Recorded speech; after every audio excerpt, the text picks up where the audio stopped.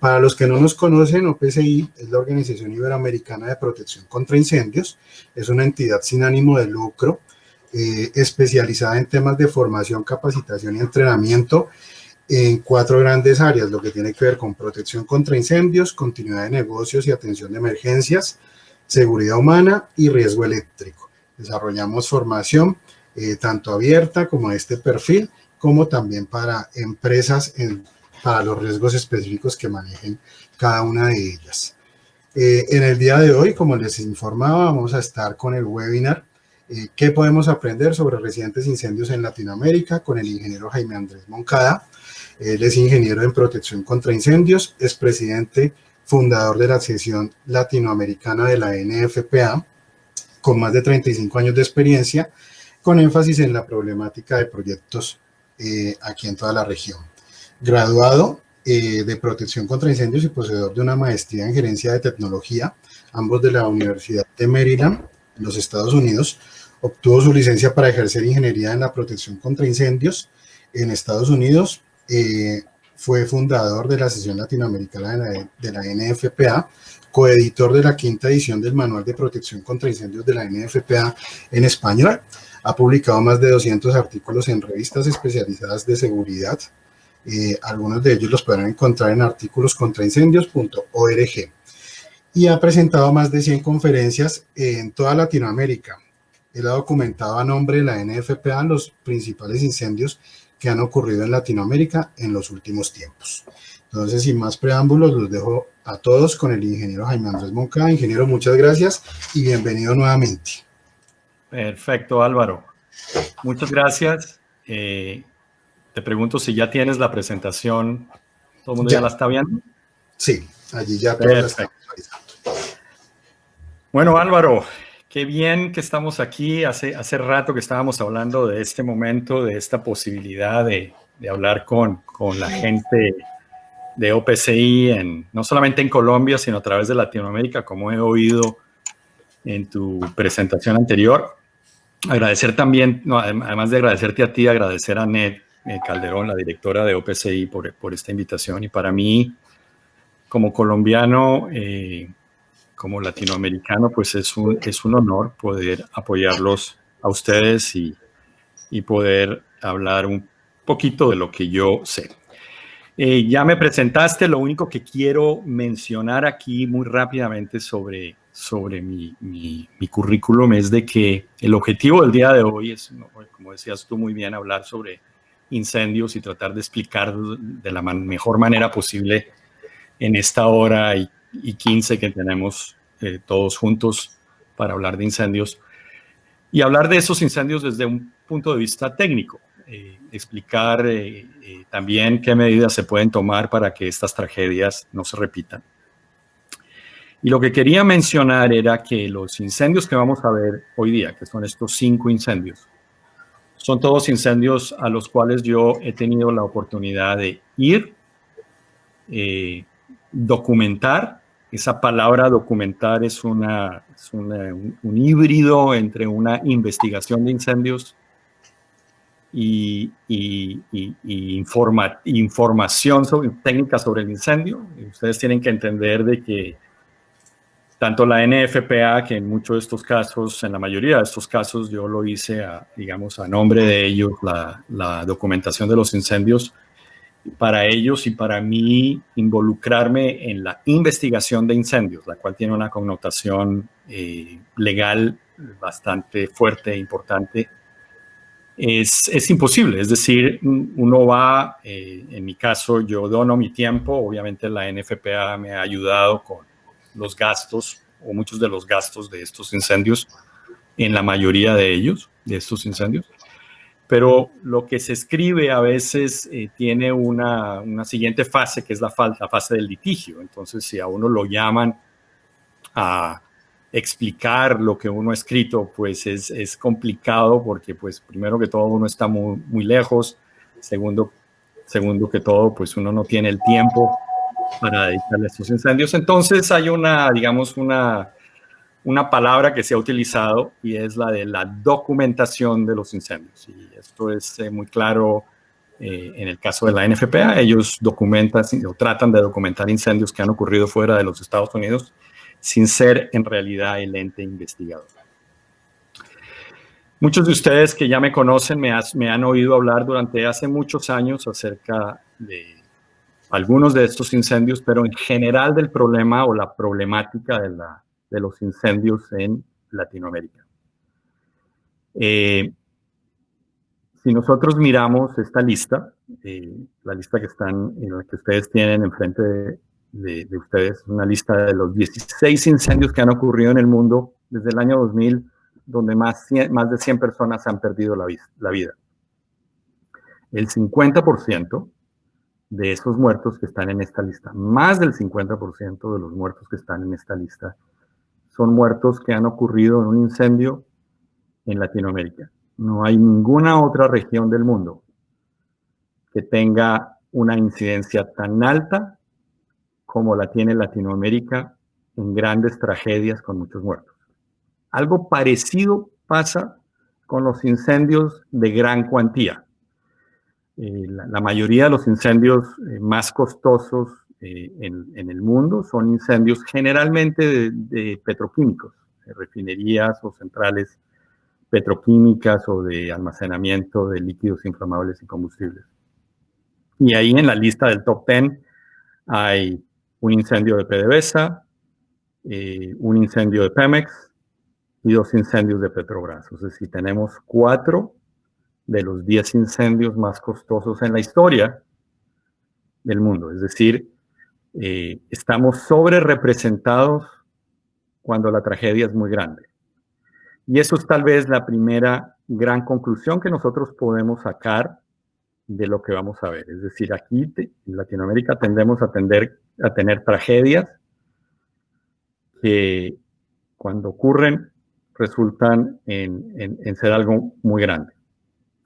Esa tabla que les mostré es una tabla desde el año 2000, pero históricamente nosotros hemos tenido durante toda nuestra historia incendios también muy importantes, como están mostrados en lo que están viendo ustedes en pantalla. De hecho, tal vez el incendio con más muertos en el mundo es el incendio de la iglesia de la Compañía de Jesús, Santiago de Chile, hace casi 180 años. Un 6 de diciembre, si no estoy mal, se cumplía el mes de María, hicieron una misa, la iglesia estaba repleta, iglesia típica de todas las iglesias que ustedes conocen, donde ese gran portón de la iglesia abre hacia la iglesia. La iglesia estaba llena de gente, se pide que se cierren las puertas para que no sigan entrando feligreses. El incendio se genera en el frente de la iglesia, la gente empieza a empujar hacia la puerta, ya cuando es la gente que está cerca de la puerta se percata del incendio y trata de abrir la puerta, obviamente esa puerta no abre, porque no abate en el sentido de la evacuación, ¿no? Una de las cosas típicas de seguridad humana en los edificios. Bueno, este video que les voy a mostrar, tal vez la gente que tiene mi edad, estamos ya cerca de los 60 años de edad, nos acordamos de esto. Yo en ese momento tenía 13 años de edad. Fue un gran incendio que ocurrió en San Pablo, en un edificio, que en realidad era un edificio relativamente nuevo, un edificio de concreto, típico edificio latinoamericano en concreto, 25 pisos de altura, tenía 2 años de construido, un lobby, los 10 primeros eran aparcamientos, los siguientes 14 eran edificios de oficinas. Aquí era todo el edificio lo tenía una compañía de inversión financiera. En el piso 12 hay un cortocircuito en un aire acondicionado, un aire acondicionado se sobrecalienta, hay un cortocircuito, arranca el incendio. Recuerden, 25 pisos, en el piso 12, que es el segundo piso de oficinas. En ese momento habían más o menos 760 personas en el edificio, pero el edificio tenía una sola salida. En todo su edificio, en su parte central, una salida abierta, y por ahí obviamente se cuela muy rápidamente el humo y la gente no puede salir. Están viendo ustedes gente tirándose, más o menos 40 personas se tiraron al vacío. Y unos Unos meses antes había habido otro incendio en San Pablo, donde mucha gente fue rescatada por helicópteros, y eso es un concepto que se volvió muy de moda en los años 70, 80 y 90. Todos los edificios, incluyendo los de Colombia, que se hacían altos, tenían que tener el helipuerto porque la gente se acordaba de ese incendio. Aquí 160 personas subieron al techo y desafortunadamente 60 personas murieron en el techo. Otra cosa importante de hablar acerca de los incendios que han ocurrido en Latinoamérica es que cuando uno se pone a mirar varios incendios de un mismo uso, son incendios que tienen el mismo ingrediente, los mismos ingredientes para la misma receta. Es decir, si nosotros analizamos, como vamos a ver más adelante, la Guatequís en Santa María, la discoteca Factory en Quito, discoteca Cromañón, Disco Utopía en Lima, sin ir más allá, son incendios donde había poliuretano expandido, falta de rociadores automáticos, sobrecupo, malas vías de evacuación y pirotecnia. Es decir, estaban esos ingredientes, repito o reitero, para que se cocine esa receta que va a resultar en una gran tragedia. Entonces, tenemos incendios muy grandes, tenemos incendios recurrentes. La siguiente pregunta que nos debemos hacer es qué tan grave es nuestro problema de protección contra incendios. Y de hecho, este tema me ha interesado los últimos por lo menos 15 años de mi carrera profesional. No sé cuál es la respuesta. Entonces, una de las fuentes que tenemos, internacionalmente hablando, es las estadísticas internacionales. El Centro Técnico Internacional del Fuego, CTIF, es una organización europea, originalmente, o está basada en Europa, pero es una organización que fue fundada por los rusos, los japoneses, los americanos, los australianos y los europeos. Y durante muchos años, muchas décadas, un par de décadas, lleva compilando información estadística sobre incendios alrededor del mundo. Esto que están viendo ustedes en pantalla es el último newsletter de ellos, la última información que salió hace un par de meses, y es el newsletter del año 2019. Y esta muestra, estamos mostrando, o se está mostrando las muertes de incendios por 100.000 habitantes de 54 países del mundo, que representan más o menos el 35% de la población mundial. Esa línea roja que ven ustedes ahí es el promedio mundial. Es decir, el promedio mundial es más o menos 1.3, 1.35 para ser exacto, 1.35 muertos por 100.000 habitantes, muertos por incendios, en el promedio entre el año 2013 al 2017. Hay dos cosas muy interesantes para mí. Me saltaron, me pusieron bastante contento, y es dos nuevos países que entraron a esta lista. Uno fue la India. La India es el segundo país más populoso del mundo, muy posiblemente, muy cerquita de la China, muy posiblemente en un par de años va a ser el país más populoso del mundo. Tiene entre 1.3 a 1.4 mil millones de habitantes. Y es un país, obviamente es una cultura muy diferente, pero es un país similar, de cierta manera, a los nuestros. Es un país con muchos contrastes, es un país con mucha riqueza, y es un país también con mucha pobreza. Pero es un país muy grande, es decir, esta información tiene estadísticamente hablando, tiene un peso tremendo. Y el promedio de la India, en estos 4 años que reportaron, y a propósito, es la primera vez que la India aparece en estos reportes, es de 1.56 muertos por 100.000 habitantes.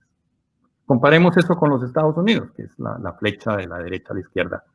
Están los Estados Unidos. Los Estados Unidos están en más o menos 1.02, o están, no más o menos, sino están en 1.02 muertos por 100.000 habitantes. Es decir, que la incidencia de muertes por incendios en la India es más del 50% más alta que en los Estados Unidos. El top 10, los 10 países que son los países con el mayor problema de protección contra incendios, son todos países que eran parte del grupo geopolítico de la Unión Soviética. Bielorrusia, Rusia, Ucrania, Latvia, Lituania, Estonia, Moldova, Kazajstán, Rumania y Mongolia. Son los 10 países con el peor problema. Rusia, por ejemplo, tiene un índice de 6.37, más de 6 veces más alto que los Estados Unidos. Y esto es interesante porque yo no sé si la impresión que ustedes tenían, pero la impresión que tiene mucha gente cuando ve los reportes de la NFPA, etcétera, hay una percepción en el mundo, en Latinoamérica, de que el problema de los incendios en los Estados Unidos es mucho más grave que el que tiene el resto del mundo. Y la otra noticia importante, fuera de que la India está aquí por primera vez, es de que Costa Rica, por primera vez un país latinoamericano, aunque ellos venían reportando hacía bastante tiempo sus números, no les habían aceptado el número de muertes. La razón es, quiero gastarle unos segundos a eso, es determinar o aceptar el número de muertes es bastante complicado porque tiene que ver con el protocolo de recabar esa información. Por ejemplo, ¿qué es un muerto en un incendio? Es la persona que cuando llegan los bomberos la persona está muerta, o es una persona que también tienes que incluir la persona que se murió en la ambulancia, o tienes que incluir también la persona que se fue al hospital, la pusieron en un ventilador, no lo desconectaron porque la familia no daba permiso, sino después de 90 días, 120 días, 3 meses, o lo que sea, y esa persona, digamos, su cerebro ya está muerto, pero la persona sigue viva, la desconectan y se muere. Esa persona también debería entrar en esa estadística. Entonces es bastante complicado. Y yo lo que intuyo es de que la manera como nosotros en muchos países recabamos la información no ha sido aceptable para CTIF y por eso no hemos visto más países latinoamericanos en estas listas. Entonces Costa Rica entra con un número bastante bajo, 0.32, lo cual hay que aplaudirlo y pues es una, digamos, es decir, en medio de todo es una muy buena noticia, pero Costa Rica es un país muy chiquito, es un país de 5 millones de habitantes, es menos del 1% de la población latinoamericana, entonces para mí sería descabellado que yo pudiera extrapolar los números de Costa Rica y decir, bueno, en Latinoamérica la situación está de este color. Entonces, para cerrar este tema, la siguiente conclusión que tenemos que llegar es que nosotros en este momento no sabemos qué tan grave o qué no tan grave es nuestro problema de la protección de los incendios. Lo cual no es el caso, por ejemplo, en incendios forestales. En la parte izquierda están viendo un video de la NASA donde mes a mes se ven los puntos calientes, los diferentes incendios forestales que pasan en el mundo. Y en la parte derecha un video de la Agencia Espacial Europea que muestra cómo los satélites le están dando la vuelta al mundo 24 horas al día, 7 días a la semana, recopilando esta información. Entonces, si yo quisiera comparar el problema en Sudamérica, por ejemplo, con el resto del mundo, yo lo puedo hacer porque esa información está basada en información satelital. De hecho, aquí a la derecha hay una información que yo saqué de la Agencia Espacial Europea porque una revista en agosto del año pasado me pidió que yo comentara sobre el problema de los incendios en la Amazonía brasilera. No sé si recuerdan, el año pasado entra al principio de año Bolsonaro, el presidente Bolsonaro, y una de las cosas que él permite es la tala y la quema de la Amazonía o la explotación de la Amazonía. Esto se vuelve noticia mundial en agosto porque sale en toda la prensa y en la televisión mundial estos grandes incendios en la Amazonía brasilera, el pulmón del mundo. Entonces, un periodista de una revista para la cual yo escribo me pregunta, me dice, Jaime, ¿será que tú puedes escribir algo? Entonces yo me puse a hacer, saqué esta información de ellos y se muestra que, por ejemplo, en este caso dice, en este mes, el 28% de los incendios forestales en el mundo fueron en Sudamérica, cuando el área geográfica de Sudamérica, no me acuerdo exactamente cuál fue la que yo calculé, si es el 16% o el 14% del mundo. Es decir, los incendios en Sudamérica estaban sobre representados, entonces había cierta, era plausible, digamos así, lo que estaba ocurriendo y bueno, digamos, aquí estamos estamos mejor encaminados porque podemos hacer un análisis mucho más detallado de la problemática de los incendios forestales, porque, reitero, esto viene de satélites y de agencias satelitales. Yo he escrito acerca de incendios bastantes artículos en diferentes revistas y yo he tratado de escribir en una revista, dije que los incendios, hay incendios de bajo impacto, de mediano impacto y de alto impacto, ¿no? Y un incendio de bajo impacto es un incendio como el que les estoy mostrando en pantalla. Yo en ese momento que ocurrió este incendio estaba en la ciudad de Panamá en una reunión y cuando veo en la distancia desde la oficina donde estábamos, que era un edificio alto también, y vemos el incendio y salimos disparados para allá y afortunadamente ahí estaban los comandantes de los bomberos, estaba, recuerdo, Espíritu de Frías, que es el director de INACEPI, que es como la autoridad competente, el Fire Marshal, digamos así, de la ciudad de Panamá. Y bueno, nos quedamos ahí toda la tarde. De hecho, Espíritu al otro día me invitó a hacer una inspección del edificio, porque ese edificio era un edificio que estaba en construcción, estaba a punto de abrir, un edificio de 52 pisos. Y hay un incendio en una torre de enfriamiento en la azotea. Esas torres de enfriamiento son de cierta manera combustibles.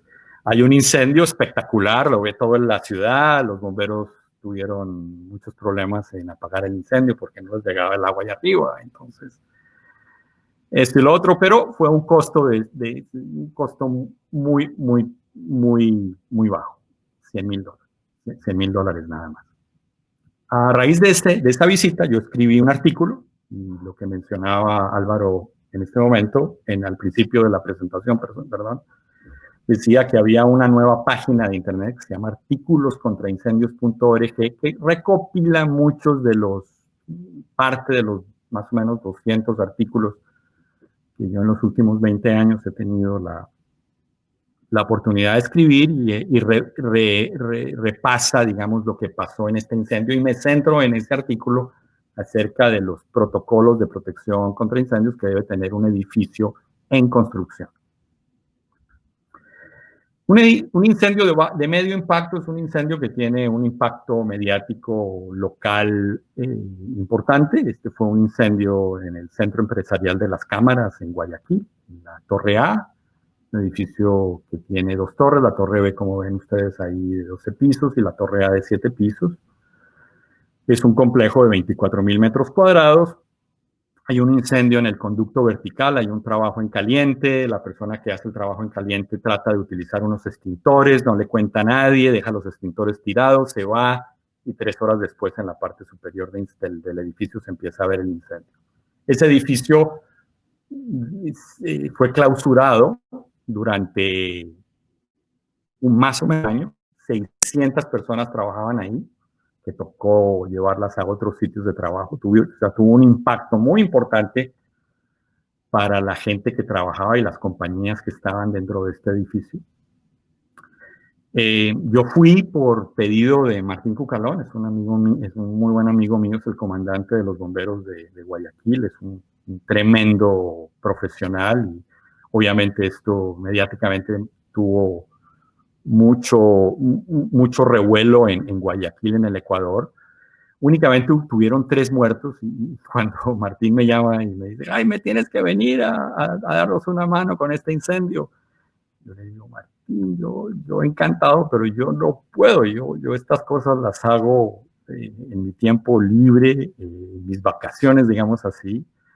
yo no me puedo ir a todos los incendios con 3 muertos. O sea, suena tan petulante y tan feo decirlo. Bueno, me dejé convencer y después le agradecí mucho porque es el típico incendio en un cuarto eléctrico, donde yo toda la vida he oído a los ingenieros eléctricos pelearme a mí la instalación de rociadores automáticos en los cuartos eléctricos. Y aquí en un incendio muy, muy sencillo, de un recalde, de un trabajo en caliente en unos cables que se prenden y únicamente se prende el cuarto eléctrico. Si ustedes ven ahí, el cuarto eléctrico está enfrente de la única escalera de evacuación, que es otra condición muy típica en muchos de los edificios en Latinoamérica, sobre todo los existentes. En los nuevos estamos ya empezando a ver más de 2 salidas, sobre todo en los edificios más grandes.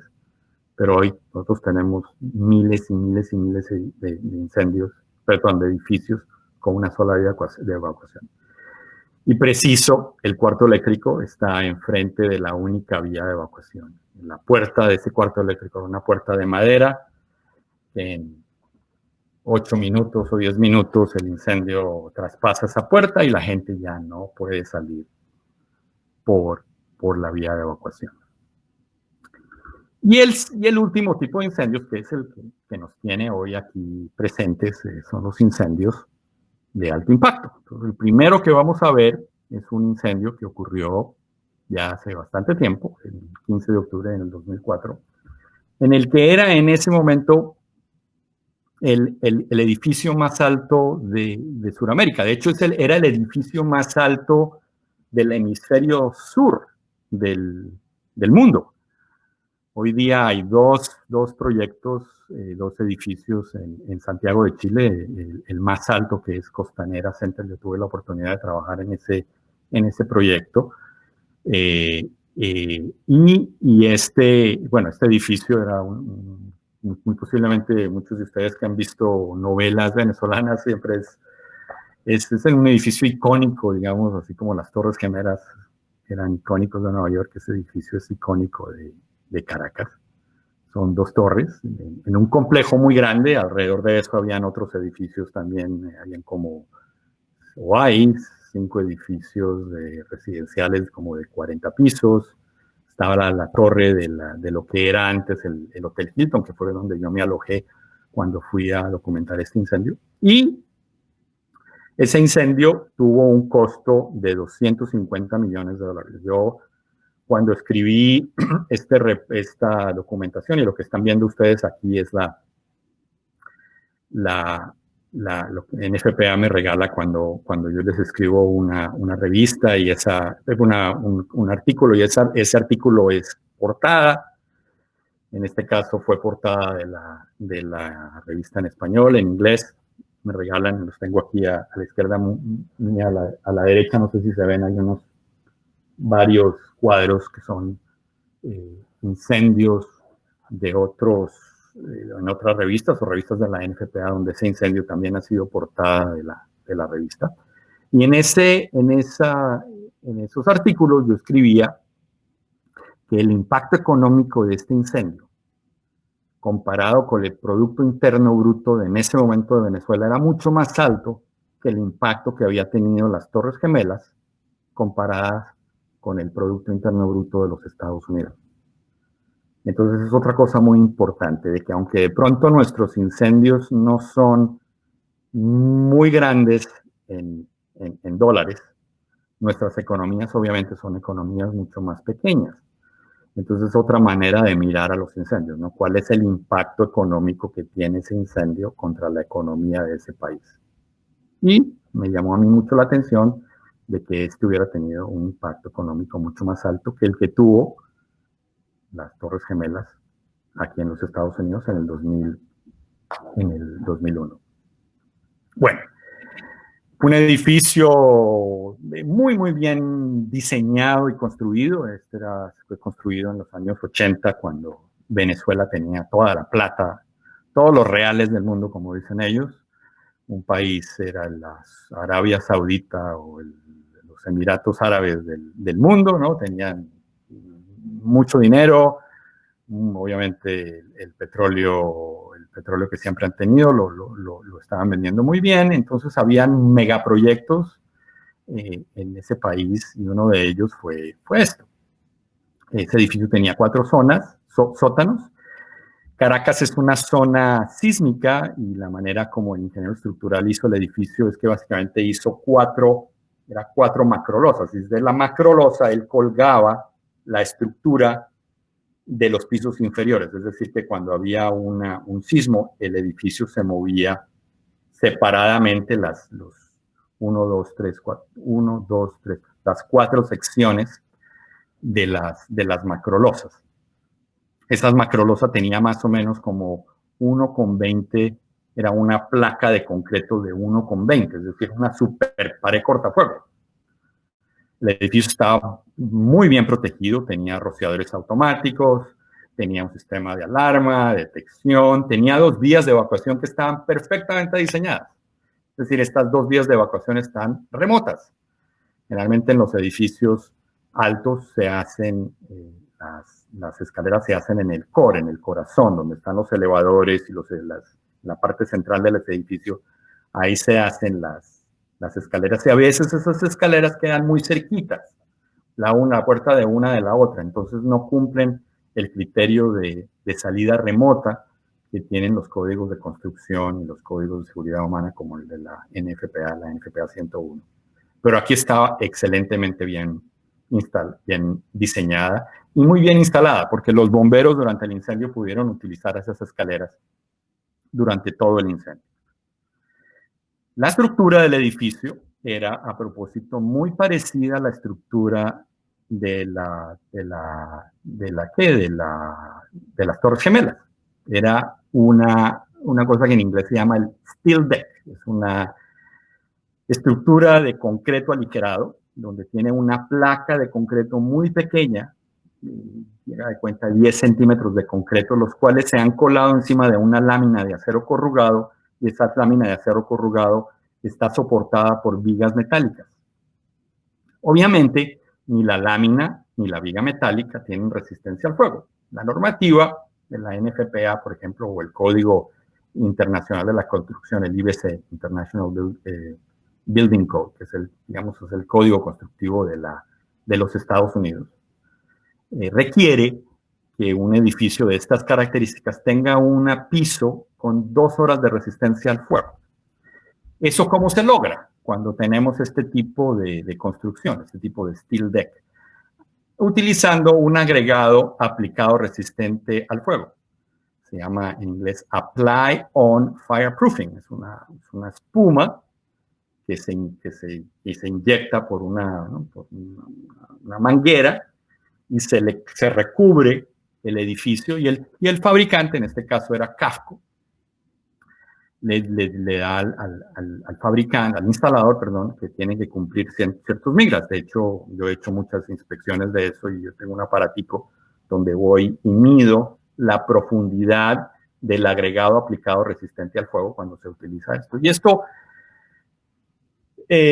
funcionó, como voy a mencionar, bastante bien en el edificio. Mi problema es que cuando yo llegué, obviamente, pues tenía...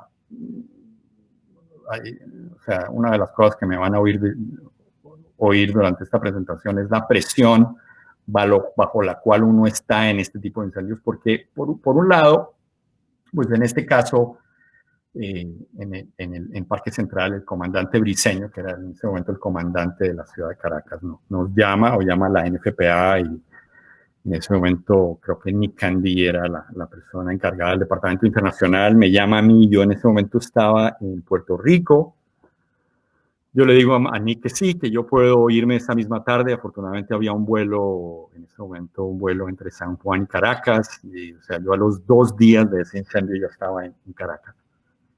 Pero llego y el comandante Briceño, que el día anterior estaba como loco de que fuéramos, porque a él lo estaban crucificando, porque Hugo Chávez le había echado la culpa a él de que este incendio era culpa de él. En ese momento la alcaldía de Caracas todavía estaba en las manos de la oposición, entonces esto se politizó muy rápidamente y en ese momento estaban echándole la culpa al comandante Briceño. Pero el comandante Briceño, cuando llego yo, se las cree y dice, pues sí, de pronto esto fue problema mío, y ahorita les voy a explicar por qué, por una decisión que él toma, y se los voy a explicar en 5 minutos, pero él toma la decisión de sacar a los bomberos de la instalación, entonces él empieza a dudar, entonces mi visita ya no era tan importante, porque él pensó que yo de pronto iba a ayudar a la narrativa de que el problema había sido de los bomberos. En unos minutos les voy a contar qué es lo que pasa, pero primero hablemos del incendio. Ese incendio arranca de la noche de un sábado a la madrugada de un domingo, a las 12:05 de la mañana. Hay un primer reporte de un vecino. En ese momento el edificio ese edificio a propósito, ahí hay ministerios del gobierno venezolano. El edificio estaba vacío. En ese momento habían 4 o 5 guardias, celadores que están en el edificio, los cuales afortunadamente ninguno de ellos muere durante el incendio. Y un vecino ve un par de ventanas iluminadas por un incendio. Entonces llama a los bomberos. Estas fotos, a propósito, que les voy a mostrar, son fotos que fueron tomadas por una cámara con una telefoto, con un telelente, una telecámara, que tenían los bomberos desde la estación central de bomberos de Caracas. Todas las fotos que les voy a mostrar son fotos que me las regaló el Cuerpo de Bomberos de Caracas. Los bomberos responden inmediatamente y encuentran de que no pueden sacar agua por la columna de agua de incendios. Tratan de utilizar las mangueras y por las mangueras no sale agua. Después tratan de inyectar agua por la siamesa de la parte de abajo, tratando de inyectar a través del standpipe, del riser, de la columna de incendios, de agua de incendios. Y parece ser que durante la construcción de ese edificio nunca se le hizo un comisionamiento a ese sistema, y ese sistema en la parte inferior, donde estaba la siamesa, estaba lleno de basura. Entonces eso estaba ahí colectado, no permite que el agua se inyecte y se sube arriba. Entonces los bomberos les toca irse por las escaleras y subir una línea de 2,5 pulgadas.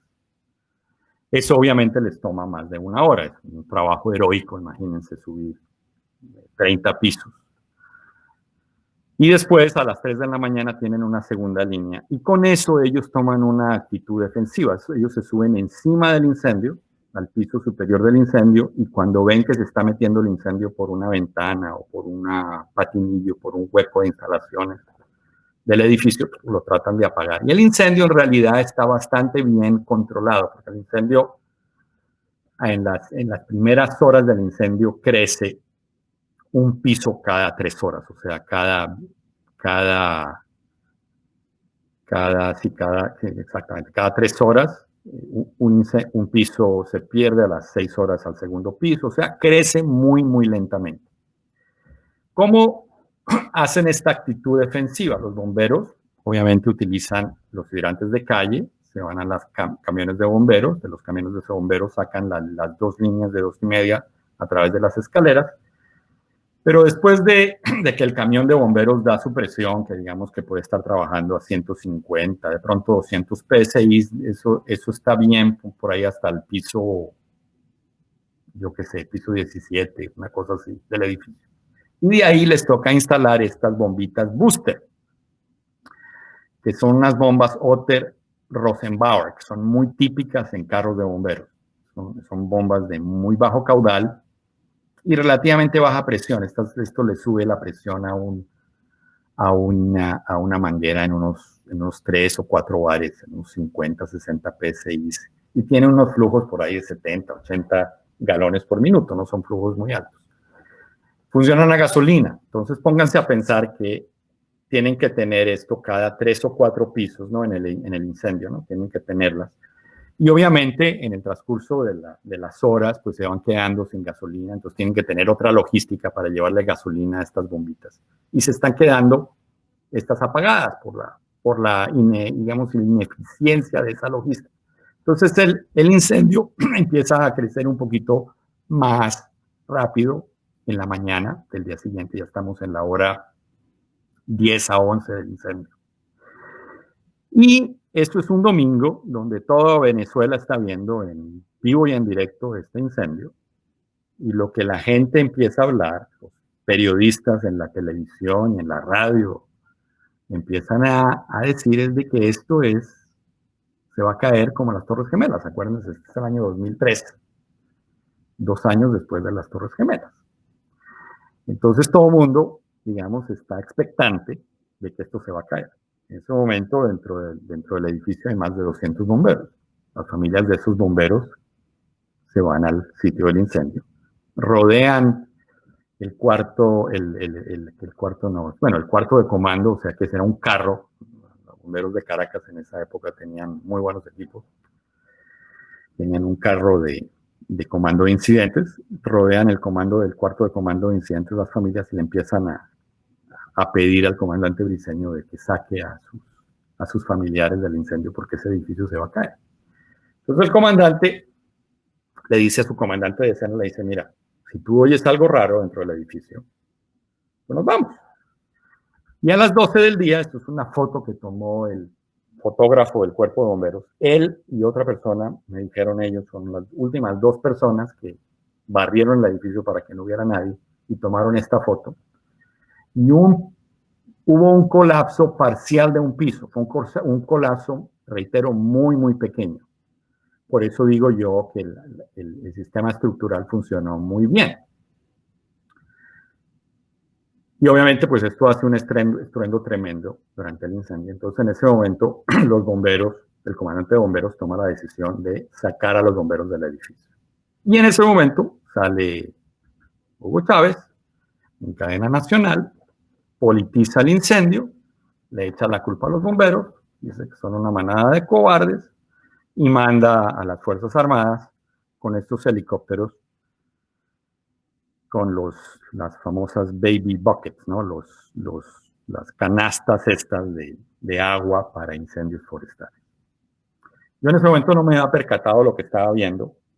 Este incendio, al ser un tipo de construcción muy parecida a las Torres Gemelas, y al haber sido un incendio libre, porque los rociadores automáticos, como ya les voy a mencionar, no funcionaron durante el incendio, tenía mucha similitud a las Torres Gemelas, ya lo mencioné, pero aquí en Estados Unidos había mucho interés.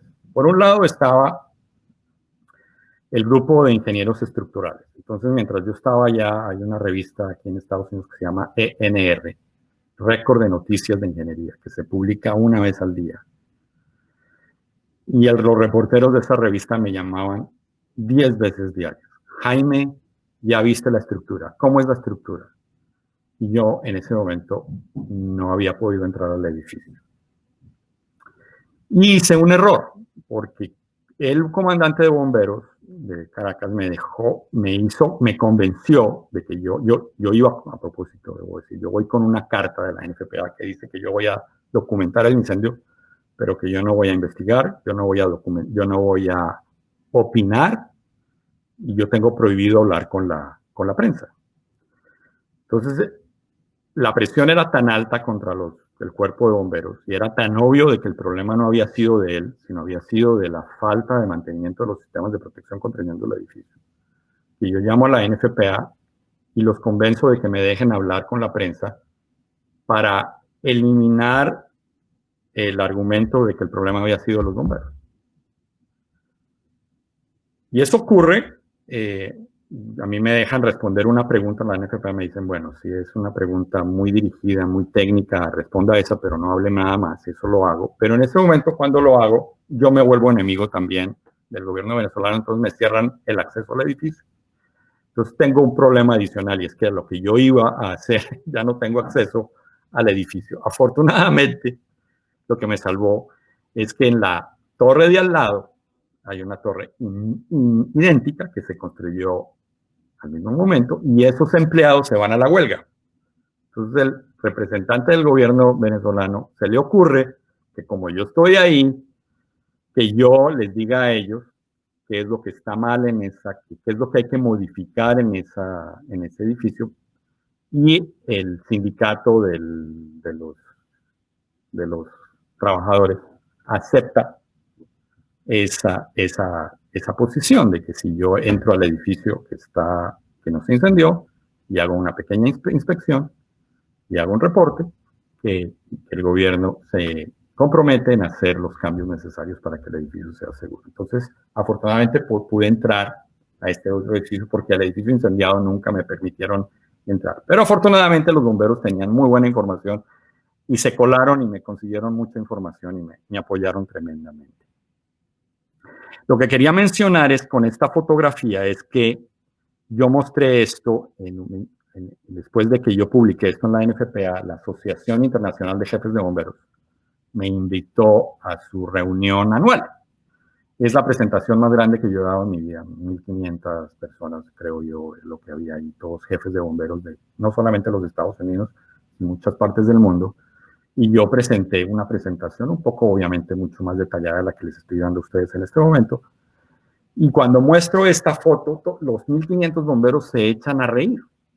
Y yo no lo entendía muy bien y después me explican que esto es algo inaudito, o sea, esto es algo tan peligroso, mandar un helicóptero tan cerca a un incendio, porque si las condiciones del viento cambian, ese helicóptero no solamente puede entrar dentro de la pluma de humo o el penacho del incendio y se queda sin visibilidad, sino las condiciones dentro de la pluma de humo hay muy poca oxigenación, entonces es muy posible que el motor de la nave del helicóptero deje de funcionar y el helicóptero se caiga. Entonces les dio risa que alguien hubiera pensado utilizar esta tecnología para apagar incendios forestales para tratar de apagar un incendio de un edificio de gran altura. Los edificios, obviamente, los bomberos se van, el edificio, obviamente, el incendio está creciendo libremente, 2,5 pisos por hora. A las 5 de la tarde se incendia todo el edificio, a las 3 de la mañana ya el incendio se apaga por sí solo. Pérdida total del piso 34 al 50, y este es el gran incendio. Y esto es un pequeño video, perdón, algo pasó aquí con el video, que les muestra a ustedes, ¿no? Los videos que se estaban mostrando. Es un incendio de cierta manera, bastante lento. Obviamente en este momento todavía los bomberos están ahí metidos, están encima del incendio. Y el incendio pues se ve bastante lento su crecimiento hasta que los bomberos se van. Perdónenme. Bueno, el edificio tenía rociadores automáticos. Acuérdense, los venezolanos en ese momento tenían toda la plata del mundo. Y una compañía, Grinel, les mostró al arquitecto, porque en realidad la persona que diseñó el sistema de rociadores automáticos se convirtió después en un diseñador de rociadores automáticos, pero él era un arquitecto y estaba aprendiendo. Y él dijo, bueno, yo le pregunté a la gente de Grinel que viniera y nos mostraran lo que tenían, y vimos que el rociador más avanzado que tenían era este rociador. Era un rociador que en inglés se llama on-off sprinkler. En español, esto se bautizó como un rociador cíclico. Es un rociador que estuvo en el mercado un par de años. Era una idea genial, porque ese rociador, además de tener el bulbo, o sea, operar térmicamente en el incendio, se opera el bulbo y se abre, sale el agua, tenía otro elemento que se ve un poquito más arriba, a la derecha del círculo. Es otro elemento que cuando la temperatura alrededor del rociador bajaba, el rociador se cerraba. Es decir, si había temperatura, el rociador se abría; si no había temperatura, el rociador se cerraba. Pero ese rociador requería que antes de instalarse, se tenía que precargar a través de un manifold y precargar con agua, yo no me acuerdo exactamente, pero algo así como 25 o 30 psi de presión. Y si esto no se hacía, cuando bajaba o fluctuaba la presión en el sistema de rociadores automáticos, el rociador empezaba a liquear, a gotear. Y la foto que ven ustedes ahí, este rociador es cromado, y la foto que ven ahí es amarilla, está corroído. Entonces lo que empezó a ocurrir todos los rociadores de este edificio fueron que empezaron a liquear. Y en lugar de averiguar qué es lo que pasó, porque muchos de estos rociadores se instalaron en los Estados Unidos y se retiraron del mercado, en Caracas, en lugar de retirarlos, los dejaron ahí, pero apagaron la válvula. Entonces, el día del incendio, obviamente, es como si el edificio no tuviera rociadores automáticos. Esta foto que me regalaron los bomberos, se las mandé a la revista ESE, y esta foto de cierta manera le dio por lo menos la vuelta a los Estados Unidos. Todos los ingenieros civiles la vieron, porque demostraba de que aunque hay un poco de pandeamiento, o sea, la estructura se ha pandeado, funcionó. El recubrimiento funcionó como debe funcionar. Es decir, el edificio no se cayó. Reitero, únicamente hubo un pequeño colapso de una pequeña área que de pronto fue un área que no fue bien instalado el producto, o un área que fue remodelada y se le quitó el producto. ¿Quién sabe qué pudo haber pasado ahí? Pero no funcionó muy bien. Entonces, mantenimiento puede ser la causa del problema del incendio en Caracas. Es decir, es un edificio que lo tenía todo, y por falta de un IPM, de una inspección, prueba y mantenimiento adecuado, llegamos a esta tragedia. El siguiente incendio es el incendio de la Boate Kids. Boate es discoteca en brasilero, en portugués. Ocurrió en Santa María, que es en la zona sur del Brasil, en la región gaúcha, como dicen los brasileros, gaúcha de Brasil, muy cerca de la frontera con Argentina y con Uruguay. Es una cultura muy similar a la cultura de los gauchos argentinos y de los uruguayos. Ocurrió en el año 2013, y aquí, bueno, ya llevaba 3 o 4 o 5 incendios documentados por la NFPA. Entonces, cuando ocurre esto, varias cosas ocurren muy rápidamente. Por un lado, pues los bomberos del estado de, esto es Río Grande do Sul. El Río Grande do Sul es el estado donde está Santa María. Se contactan con la NFPA. Y obviamente, pues aquí está en la revista, la portada de la revista, y yo fui a ese incendio con Jim Dolan, que está a la izquierda, que era el experto y el administrador de la NFPA 1 para la NFPA, una de las labores que estábamos tratando de hacer en ese viaje, que fue como tal vez unas 2 semanas después del incendio. Era pues de tratar de hablar con las autoridades para que Brasil, que en ese momento se estaba hablando de que iban a modificar su código constructivo, de que adoptaran la NFPA 1, y por eso él fue con nosotros. Y mi querido Federico Betresnik, que murió hace un par de años, se lo llevó un cáncer muy rápidamente, era el gerente de IFSC del Cono Sur, es uruguayo, es un tremendo ingeniero de incendios, un experto en seguridad humana, dictó la NFPA 101 cientos de veces en todos los países latinoamericanos. Mucha gente que tuvo sus primeros pinitos con la seguridad humana muy posiblemente recibieron una clase de don Federico.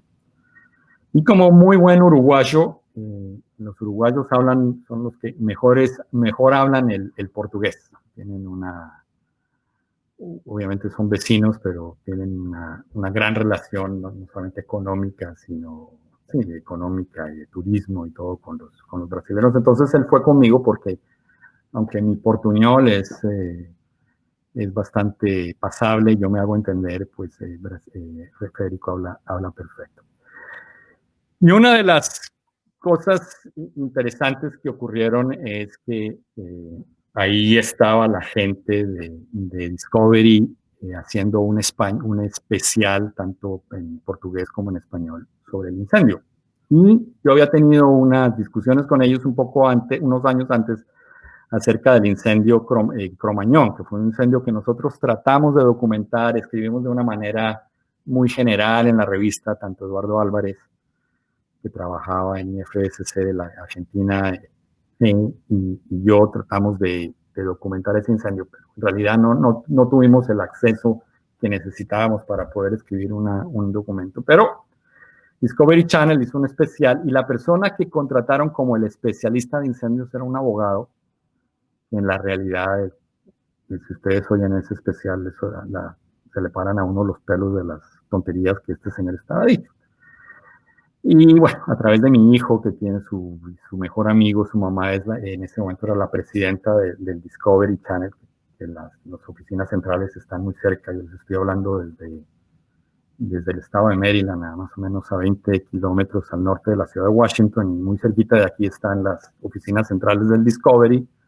Había yo hablado con ella y le había comentado acerca de eso, y me dijo, ¡ay, qué pena! Y me dijo, Jaime, la próxima vez que haya un incendio, una cosa así, llámame y vemos a ver qué podemos hacer. Entonces yo, al ver los carros del Discovery ahí en el edificio tomando videos, lo que sea, la llamé, y regresándome de Brasil en cuestión de 2 o 3 días después, estaba yo otra vez en San Pablo, y ahora les voy a mostrar lo que resultó de ese viaje a San Pablo. Pero lo más interesante para mí fue que al otro día de ese incendio me despierta a mi celular como a las 5:30 de la mañana un reportero de la Associated Press, que había llamado a la Sociedad de Ingenieros de Incendio. La Sociedad de Ingenieros de Incendio le dijo que me llamaran a mí. Y yo empecé a trabajar con él.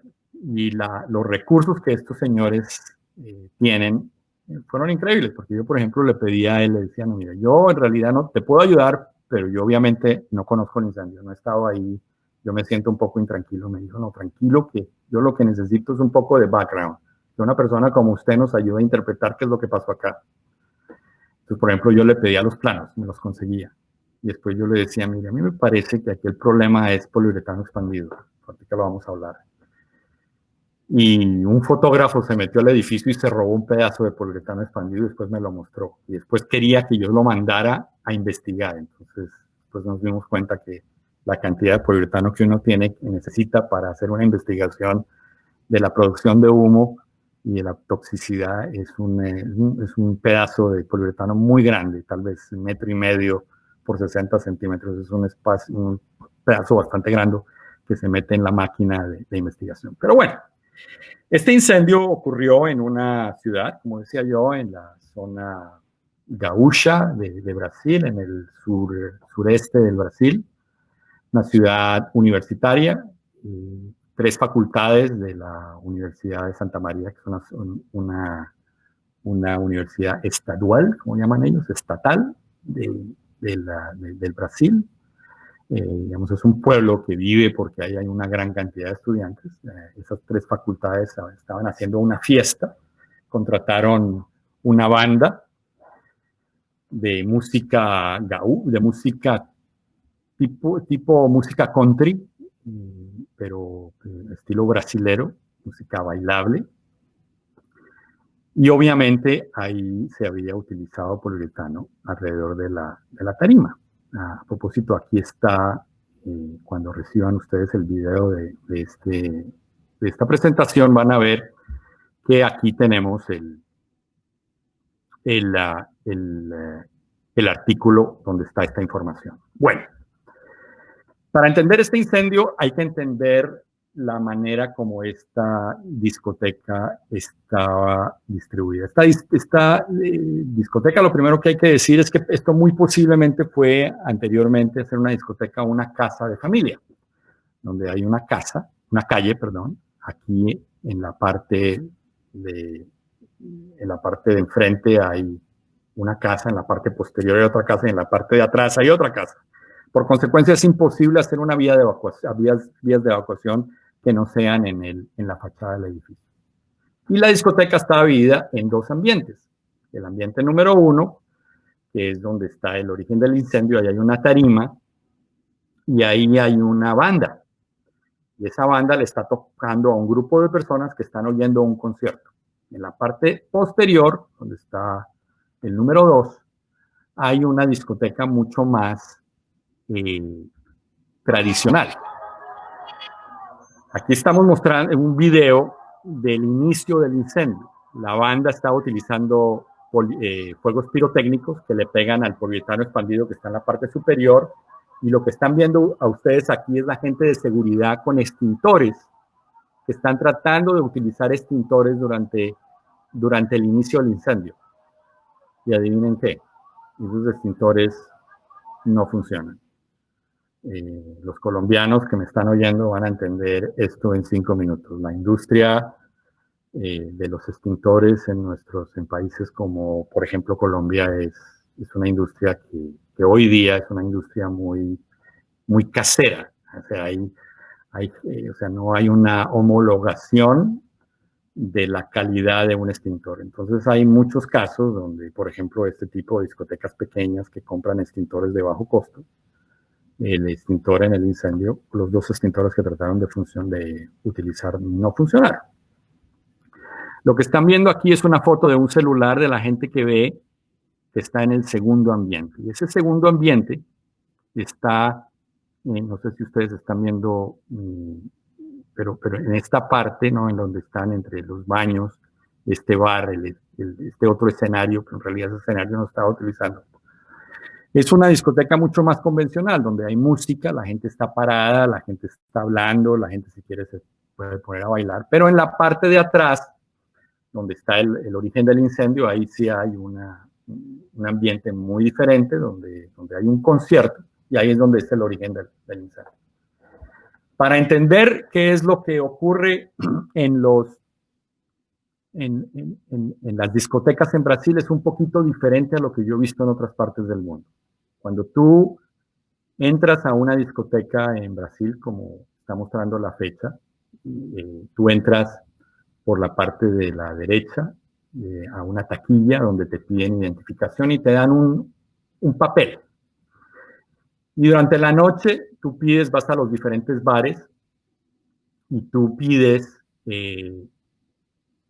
comida o un trago o lo que tú quieras y te van poniendo en el papel que estás utilizando, y después, fui muy rápido, pero la flecha de la izquierda está mostrando que tú para salir tienes que salir a través de estas cajas. Y antes de salir, tienes que pasar a través de las cajas, pagar, y cuando llegas a la puerta, el guardia de seguridad te va a pedir ese papel que diga cancelado, si no, no puedes salir. Es decir, tú utilizas únicamente dinero al final de la noche. ¿Ok? Entonces, Brasil, hay que mencionarlo, Brasil unos meses antes de este incendio había pasado una legislación que prohibía fumar dentro de espacios públicos. Entonces, para solucionar ese problema, porque si tú querías fumar, podías ir al guardia de seguridad y decir, oye, yo quiero salir a la calle a fumarme un cigarrillo y ya regreso. Y obviamente esto es gente joven, la mayoría de la gente que va aquí de pronto hacen lo que en Colombia se llama conejo, ¿cierto? Entonces sales, dices que te vas a fumar y en realidad te vas y no pagas. Entonces, para evitar eso, se inventaron el fumódromo, que es lo que ven ustedes ahí, esa cerca o esa cerja roja se ponía en una de las 2 vías de evacuación. Entonces la gente salía por una de las 2 vías de evacuación, por esta cerca, este fumódromo, que es una cerca provisional que se ponía en las noches, donde la gente podía salir ahí, darse su cigarrillo y volver a entrar a la discoteca, para que no te escapes. El problema es que la mitad de las vías de evacuación, de la capacidad de las vías de evacuación, se fue, porque está limitada por el fumódromo. La capacidad de ocupación que daban estas 2 vías de evacuación eran más o menos 600 personas. En el momento del incendio habían más de 1000. Pero estas 600 personas estas capacidades de 600 personas estaba dividida por la mitad, porque como ya mencioné, la mitad estaba en el fumódromo. Entonces, en realidad habían 3 veces más capacidad que la capacidad que tenían las vías de evacuación. Entonces, durante el incendio, la evacuación fue muy lenta. Este es un video que tomó una persona que llegó muy al principio, los bomberos ya habían salido, y lo que están ustedes viendo ahí es vapor. O sea, los incendios están apagando las partes calientes del incendio. Los bomberos me mencionaron a mí que cuando ellos llegaron al incendio, el incendio ya estaba apagado. Acabo de mencionar eso porque ocurrió. Pero lo que se ve ahí es que ellos han echado agua sobre las partes calientes del incendio y se ve la salida del incendio. Ustedes me excusan porque se me olvidó mencionarles al principio y se me olvidó de pedirle a Álvaro que dijera que vamos a mostrar información y fotografías muy gráficas de aquí en adelante. Y me excusan si estoy ofendiendo a alguien, pero yo creo que es la única manera de representar estas tragedias. Y obviamente, pues ustedes pónganse ustedes en mis zapatos. Yo he estado ahí. Todos estos incendios lo afectan a uno. Yo tengo, de hecho, el día de hoy fue el primero de 2 días de la graduación de mi hija que está en la universidad. Y uno ve pues estas imágenes de gente joven.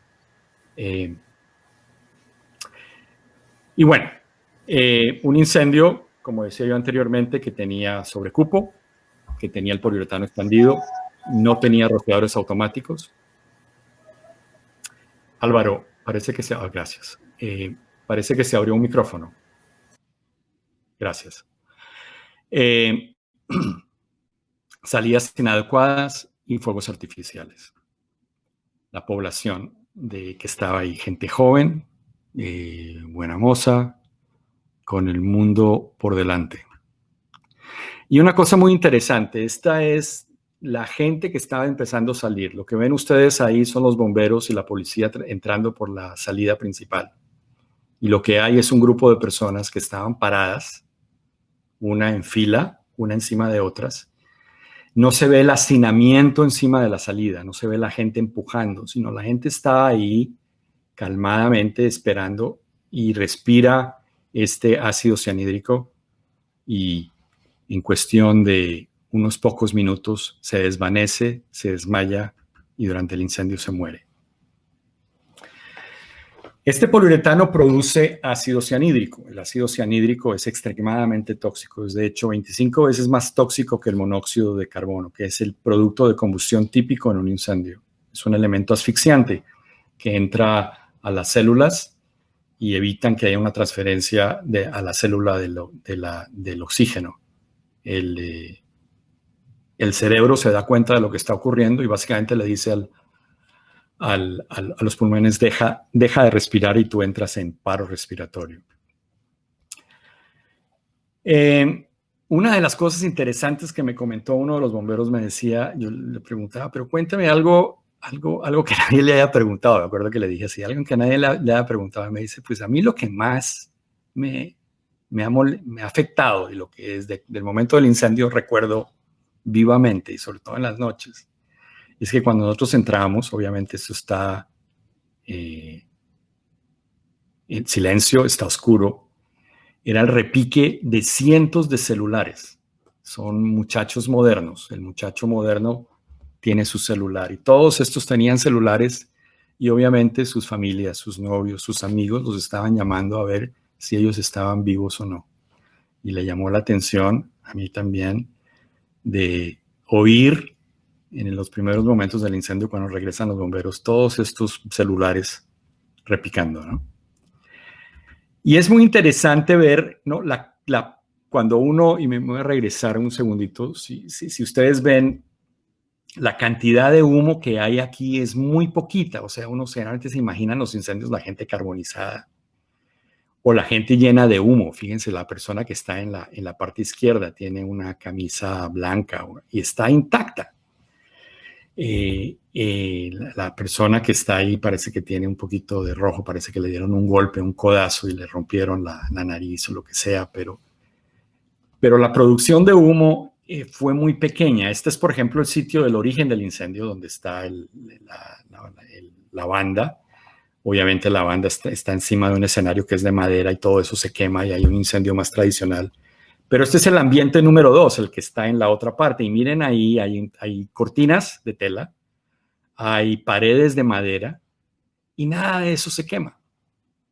Me acuerdo que yo le mostré estas fotografías a un amigo mío, Daniel Madrikowski, que es un compañero mío de mi promoción de Ingeniería de Incendios en la Universidad de Maryland. Y él es un experto. De hecho, él fue el que investigó el incendio de Station. Hizo las pruebas en el laboratorio de NIST, que les voy a mostrar en unos minutos, y él me decía, no, esto es un incendio muy rico en combustibles, esto es un fuel rich fire, se llama en inglés, un incendio rico en combustible. ¿Eso qué quiere decir? Que en los incendios tiene que haber oxígeno, combustible y temperatura. Y aquí la temperatura y el incendio se comieron el combustible, el oxígeno. Porque este edificio, acuérdense, era un edificio que era bastante cerrado, no tenía ventanas, no tenía nada sino las puertas. Y la puerta estaba llena de gente. Entonces la manera como el incendio tenía para respirar era muy limitada. Entonces ese incendio se comió el oxígeno y se apagó. De hecho, como comentaba ya anteriormente, cuando los bomberos llegan, el incendio ya está extinguido. Obviamente hay calor, por eso los bomberos echan el agua y hay vapor, pero aquí había muy poquito oxígeno. Y bueno, el resultado. Desafortunadamente, por razones de derecho de autor, no podemos incluir en este video el especial del Discovery Channel sobre el incendio de la Guatequís. En ese especial yo fui invitado a participar y tuve la oportunidad de hablar no solamente del problema en la Guatequís, sino de que hay una solución. Y para ello menciono el incendio de The Station en Rhode Island y el subsecuente estudio que hizo NIST, el Instituto Nacional de Ciencias y Tecnologías en los Estados Unidos. Sin embargo, si ustedes quisieran ver este video, el cual fue originalmente mostrado durante el webinar, este está disponible en YouTube. Aquí incluyo el link y lo que mostramos fue desde los minutos 36:06 al 38:40. Y una de las cosas que ocurrieron ahí en ese video, es que yo hablo o contrasto esto con el incendio de Station, que es el incendio número 16. Aquí tengo esto incorrectamente, es el número 16 en la lista que mostré al principio, que es el incendio con 100 muertos. Entonces aquí hay una banda de música rock que tiene poliuretano, que tiene pirotecnia, y donde están tocando, hay en la parte derecha de arriba y izquierda, hay poliuretano expandido para evitar la reverberación de la banda, del sonido de la banda. Y ahorita van a regresar y van a ver que en la parte derecha e izquierda hay llamas. Entonces ahí empieza el incendio. Entonces el camarógrafo, muy hábilmente, que está mirando lo que está ocurriendo, se da cuenta de que hay un incendio y el señor sigue filmando, pero él se va. Él es una de las primeras personas que se van. Y una de las cosas que ustedes van a ver es que en este momento la banda termina, es que la gente empieza a salir. Y una cosa interesante, la NFPA nos dice que el 80% de las personas que salen en un incendio, a propósito, aquí estamos a los 30 segundos y funciona el sistema de alarma, de detección y alarma. Muy posiblemente aquí había un sistema de detección cruzada, es decir, que un detector funcionó mucho más rápidamente, pero tenía que esperar a que el segundo detector funcionara. O sea, a los 30 segundos funcionan los detectores, y acuérdense de eso, 30 segundos. Pero les estaba mencionando que en el 80% en los incendios, el 80% de las personas salen por donde entraron. Este edificio tenía 4 salidas. Todo el mundo trató de salir por la salida principal, que era una salida muy pequeña. Y ahorita lo vamos a ver. En este momento ya el camarógrafo ha salido, se va a la parte derecha y vea, esta es una de las salidas y ya por ahí está iluminada con el incendio y por ahí está saliendo humo. Aquí se regresa y está saliendo ya humo, el humo ya está en el piso, ya estamos a más o menos 1.5 minutos del incendio. El humo ya está en el piso, lo vamos a ver en unos segundos. Y van a ver la gente atrapada en la puerta. Aquí más o menos, no me acuerdo, son 16 o 20 personas se mueren en esa puerta, atrapadas por la gente. Y es otra cosa interesante, ¿no? La gente no se acuerda de que hay que buscar la salida más cercana, sino la gente en ese momento, obviamente uno pues no está acostumbrado a lo que nosotros enseñamos y diseñamos, a buscar las vías de evacuación, sino salen por donde entraron. Una cosa interesante de este incendio es que obviamente hubo un litigio En ese litigio, obviamente en esta sociedad aquí en los Estados Unidos es una sociedad donde ¿no? los litigios son parte de la vida de este país. 115 millones de dólares en litigio. El fabricante del poliuretano expandido paga 25 millones. La compañía que le compra el poliuretano expandido y lo instala paga 6 millones de dólares. La compañía de parlantes JBL, que eran los parlantes que estaban en la discoteca, que tenían también un poquito de poliuretano, termina pagando casi $1 millón.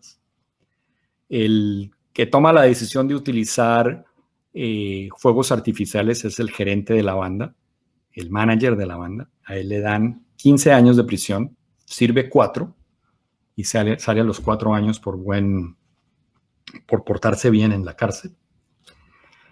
Pero esa parte es muy diferente, ¿no? de lo que nos pasa a nosotros. Bueno, entonces acá vamos a ver, esto tal vez lo han visto ustedes. Y a propósito, me faltan unos 15 minutos. Estoy un poquitico retrasado, pero voy a tratar de subirle un poquito la velocidad, pero ya vamos a terminar.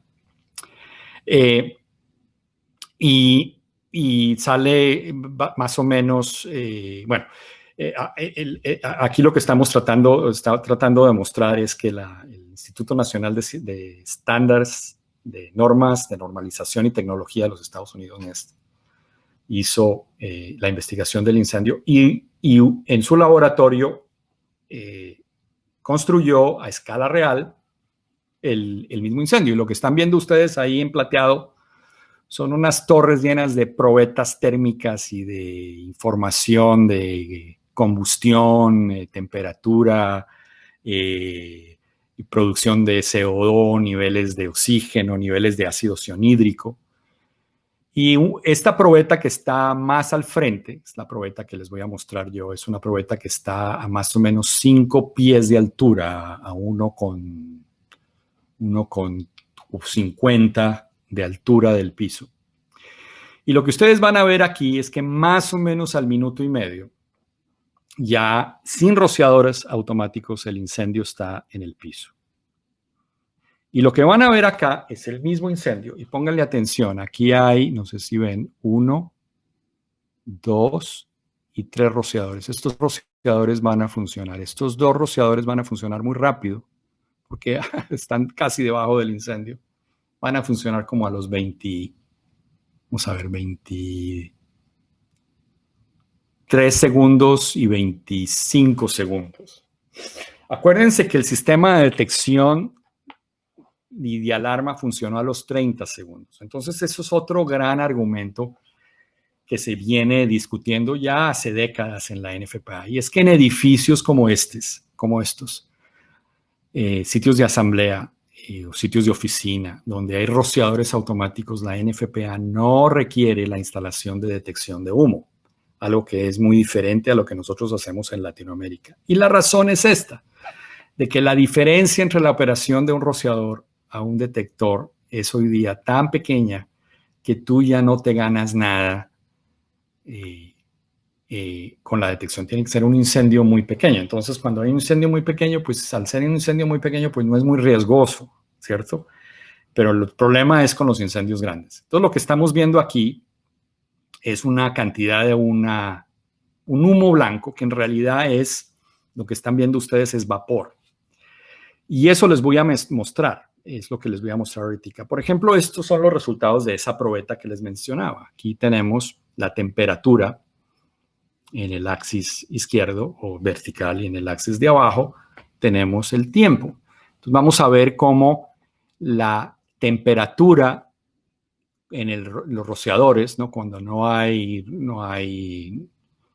rociadores, llega a 700 grados más o menos a los 80 segundos,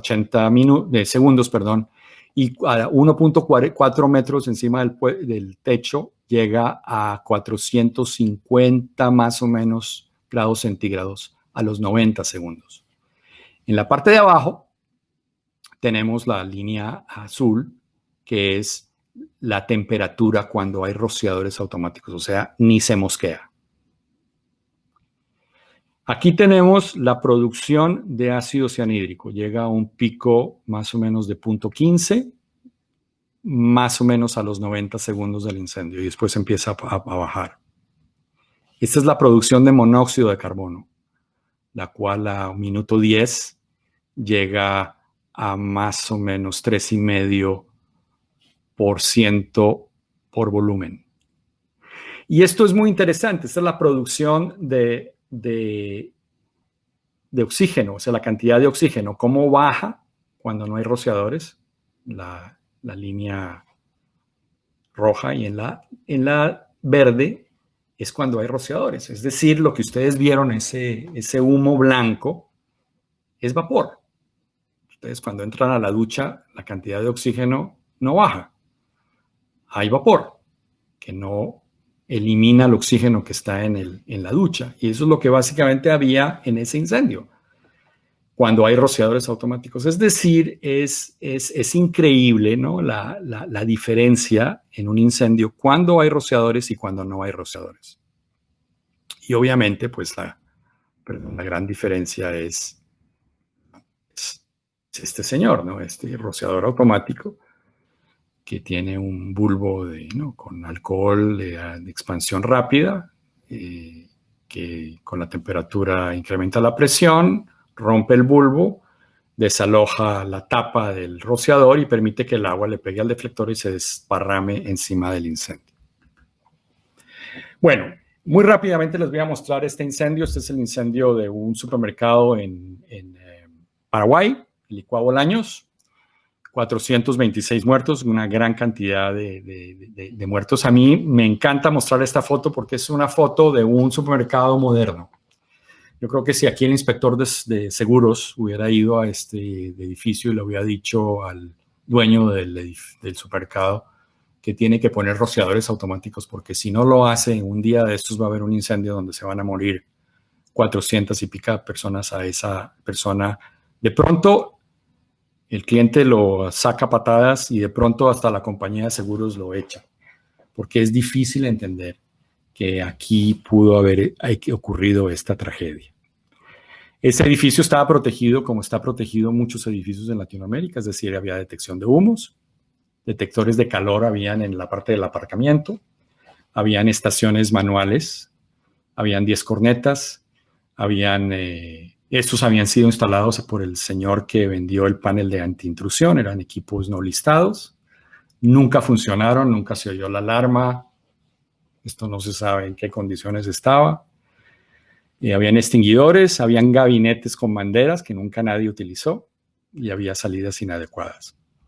El incendio arranca en una chimenea conectada a una parrilla de carbón en el área de comidas. Ahí en la parte de atrás hay un área de comidas. Esta foto está tomada desde el área de comidas, es decir, en el supermercado la gente podía ir a mercar y al final de la compra podían subir arriba y comerse un asado o lo que ellos quisieran. Y ahí había esta parrilla, la cual estaba conectado a este ducto, que tenía una desviación normativa y era que tenía un tramo horizontal donde la norma de la NFPA dice que cuando hay un ducto de estos debe subir verticalmente o debe ir en ángulo, de manera que cuando entren productos de combustión ahí con grasas, esa grasa con el calor se derrite, se baja y el filtro de abajo que las ha dejado de pronto pasar, la recolecta una vez más. Y obviamente aquí en esta tramo horizontal, con la operación del edificio, ese edificio llevaba más o menos 2 años en operación, hay suficiente grasa para ver un incendio y ese incendio sobrepasa el ducto metálico que cuando sale, sorpresa, sorpresa, encuentra espuma de poliuretano que está ahí arriba porque es utilizada no solamente para insonorizar, sino también para evitar la transferencia térmica en un techo metálico de chapa metálica. Ponen aquí esto para que no se caliente mucho el edificio. Y ahí arranca el incendio. Ese incendio está acá hasta que estos techos se caen y al caerse entra oxígeno y se crea un incendio muy rápido. Esta foto fue tomada desde el aeropuerto y es un incendio, parece un incendio petroquímico, pero es el incendio de un supermercado. La afluencia del oxígeno al caer los cristales entre la plazoleta de comidas y el salón de ventas hace que se enciendan los gases acumulados que estaban allá arriba, formándose una bola de fuego. Y esa bola de fuego, esa fireball se llama en inglés, es muy posiblemente la que mata casi instantáneamente a la mayoría de la gente. En la prensa paraguaya, inicialmente en el incendio esa noche se dijo que las puertas del supermercado habían estado cerradas. Y yo, después de haber escrito en la NFPA, me contactó los fiscales, o nos contactaron los fiscales en Asunción, y yo participé en el litigio y tuve la oportunidad de ver o de leer, ¿no?, también los jurados de los sobrevivientes, y a todo el mundo se le preguntaba, ¿usted vio en primera persona, usted con sus propios ojos, vio a una puerta cerrada? Y nadie. Siempre decían, no, a mí me comentó mi comadre que estaba en otro sitio que ella sí vio. O no, yo dije que las puertas están cerradas porque eso fue lo que yo leí en el periódico. Y yo he dado esta presentación en Asunción 2 o 3 veces y en una ocasión no me lincharon de milagro porque todo el mundo estaba contra mí, de que yo no estaba diciendo la verdad, de que no, que esas puertas estaban cerradas. Y yo después les explicaba, pero yo estuve participando en el litigio. De hecho, en el litigio, a la pobre fiscal no tenía suficientes herramientas para mandar a lo que todo el mundo en Paraguay quería, que era el dueño del edificio, lo mandaran a la cárcel. Y el señor no le dan cárcel. Y todo el mundo en Paraguay asumen de que a la fiscal la habían comprado y a ella le toca salir del país. Eventualmente hubo un nuevo presidente, vino un nuevo juicio y el señor está, por lo menos de pronto ya está fuera, pero lo mandan a la cárcel. Pero bueno, es un incendio que se desarrolla muy rápidamente. Los bomberos respondieron muy rápidamente. Es muy interesante ver, por ejemplo, si vemos acá, este es el área del origen del incendio en la parte izquierda. Ahí es donde está la chimenea.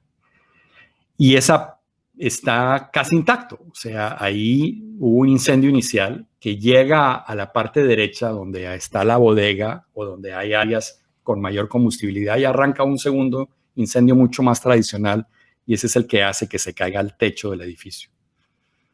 Fotos del área de ventas. Y el área de la cocina. Y esto también es muy interesante cuando uno mira los incendios, pues uno mira y ve, por ejemplo, estas mesas son metálicas y estas mesas tuvieron un incendio flash. Esto tuvo una llamarada, pero no tuvo un incendio sostenido porque si no estas mesas estuvieran pandeadas. Y este es el área de origen del incendio. O sea, lo que ocurrió aquí es que hubo unos gases que se quemaron muy rápidamente, crean una bola que por cuestiones físicas del ambiente viaja y esa es por la radiación de esa bola de fuego la que mata a la mayoría de las personas. Estos videos son videos que son muy gráficos, son videos que tomaron los bomberos. Desafortunadamente los bomberos nunca habían tenido que trabajar en un incendio, entonces no levantaron el croquis que se debe levantar para mostrarle a uno dónde están los muertos.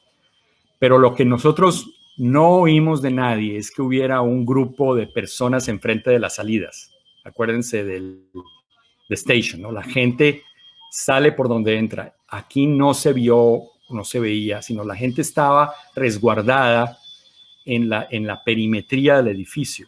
Y desafortunadamente son fotos horrorosas de muertos. Pero bueno.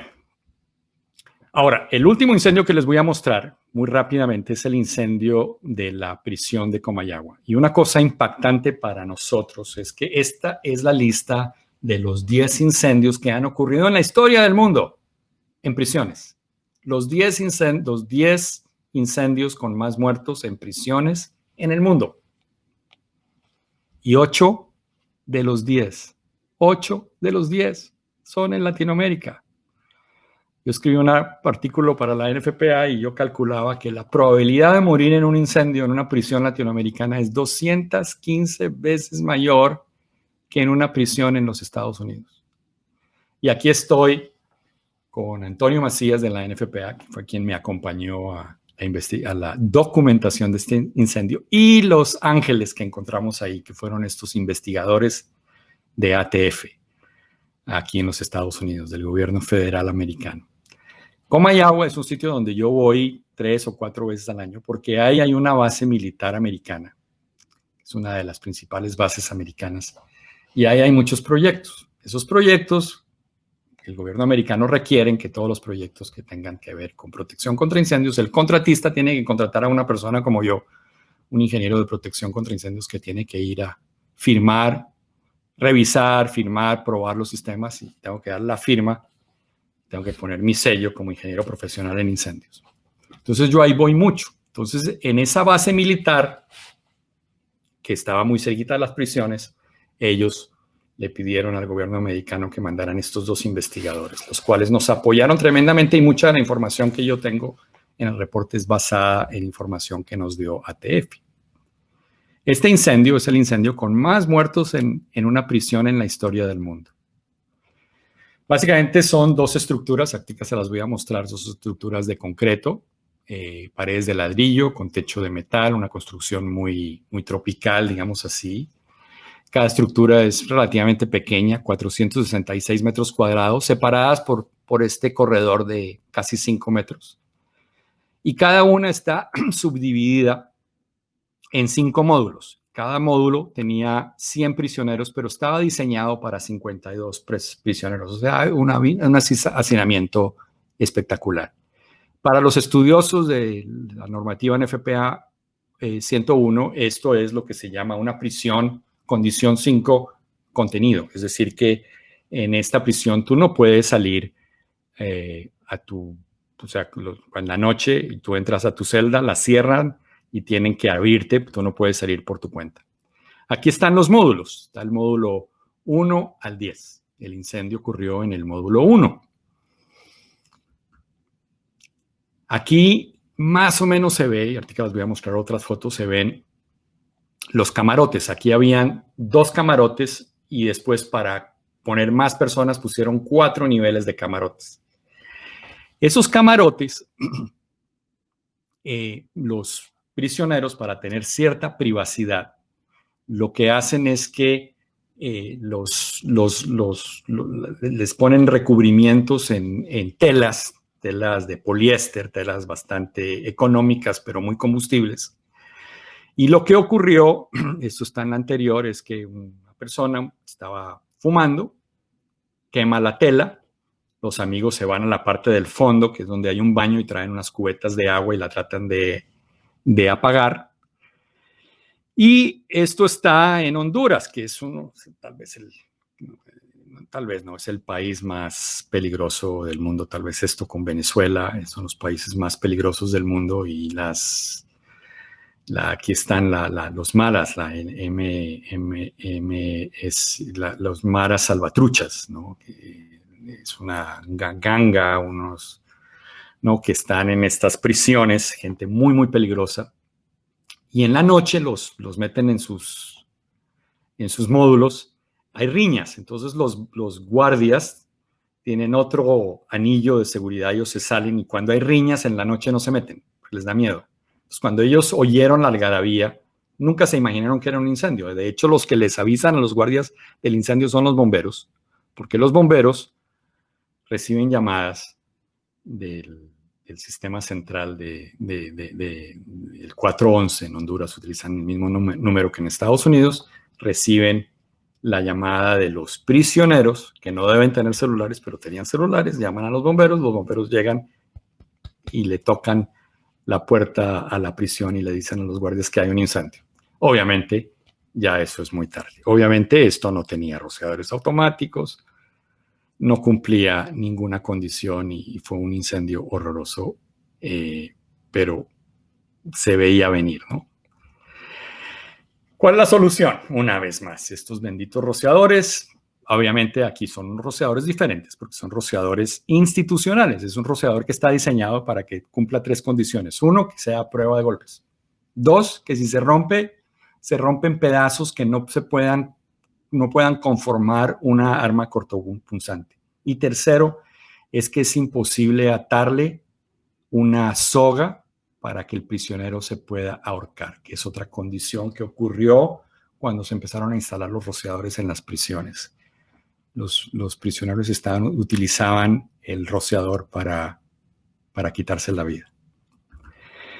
Bueno, y el último incendio es un incendio que ocurrió en Colombia. Es un incendio de otro tipo muy típico de incendios en Latinoamérica, en Panamá, en la República Dominicana, en Argentina, en México. Han habido muchos incendios recientemente con bodegaje. Y este fue un incendio que ocurrió en el 2005. Yo me acuerdo de esa mañana. El día anterior había llegado yo a Colombia. Me levanto y veo en el periódico que esa noche anterior había habido un incendio. Llamo a mi padre me ayuda con el comandante Silva, me acuerdo, el comandante Silva de Bomberos de Cali, y nos dice, sí, véngase. Entonces me voy para allá. Y estas fotos las tomé, bueno, me las regalaron, varias de esas me las regalaron ellos, pero muchas de ellas las tomé yo. Y una de las cosas interesantes en los incendios en estanterías que hay que reconocer es la inestabilidad de los techos. Son techos metálicos, es un incendio muy bravo, muy caliente, muy rápido. La estantería empieza a caerse, el techo empieza a caerse. Y una de las recomendaciones que hay que darle a los bomberos cuando entren a un incendio en bodegaje es que si el edificio no tiene rociadores automáticos, no entre. No, si el incendio ya está generado, aquí es muy posiblemente no tengan nada que hacer, se van a poner en un ambiente muy riesgoso. Obviamente después del incendio seguir echando agua no es conveniente por las ramificaciones ambientales que tiene, ¿no? Echarle agua a un incendio donde ya todo está humeado, quemado, dañado, y obviamente es un incendio que va a durar a veces días. Aquí, por ejemplo, vemos un extintor que está todo inflado durante el incendio. Y aquí lo que había era, varias multinacionales tenían esto como área de almacenamiento antes de despachar. Había Milanta, que es antiácido, había Pepsoden, enjuague butal, había, nunca se me olvidará, Chiclets Adams, porque yo ya fui ahí con zapatos de trabajo, de ir a una reunión, porque esa mañana yo estaba saliendo a una reunión y en lugar de ir a la reunión me fui al aeropuerto para ir a chismosear este incendio y entro yo al edificio a mirarlo y en el piso había una costra de 5 centímetros de chicle. Me tocó botar los zapatos y había maicena. Y aquí se ve la inestabilidad. Imagínense esto en el incendio, esto está oscuro, esto está cayéndose el techo. Imagínense un bombero o un brigadista ahí metido. No, una locura.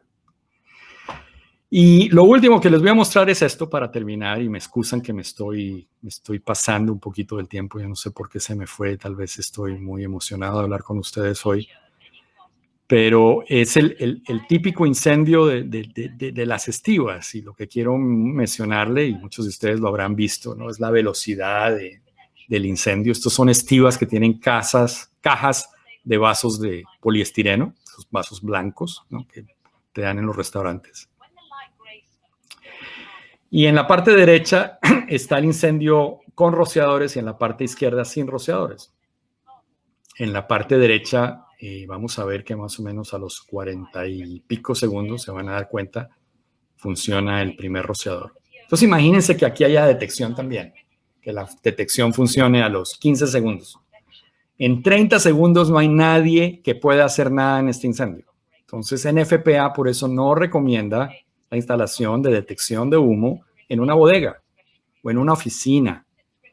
Y esto no es una opinión personal de Jaime Andrés Moncada, esto es lo que dice la normatividad de la NFPA. ¿Dónde es la detección requerida? En sitios donde la gente duerme. Una prisión, un hospital, un hotel, la residencia. Y no son necesariamente detectores de humo, sino alarmas de humo, es decir, que el detector tenga la chicharra incorporada.